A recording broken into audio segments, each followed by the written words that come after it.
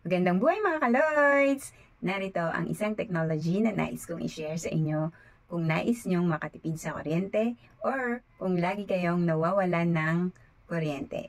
Magkakaroon kayo ng libreng ilaw sa pamamagitan lamang ng paggamit ng empty water bottle, tubig, konting bleach para hindi mamuo ang mikrobyo sa loob ng bote at solar panel na maliit. Napakamura lang ng mga materyales na ito na maaari niyong magamit upang magkaroon kayo ng ilaw man lamang sa tuwing kayo ay nawawalan ng kuryente.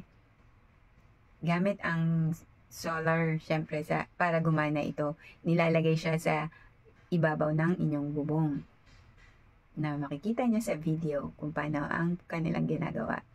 Ilalagay niyo lang sa inyong bubong at presto, meron na kayong ilaw na magagamit. Ginagamit daw itong technology na ito sa mga slum areas.